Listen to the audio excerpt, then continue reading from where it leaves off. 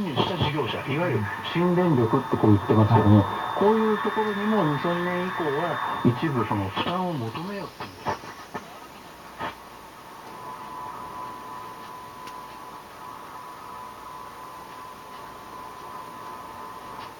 なかなかこうややこしい理屈なんですけど、本来なら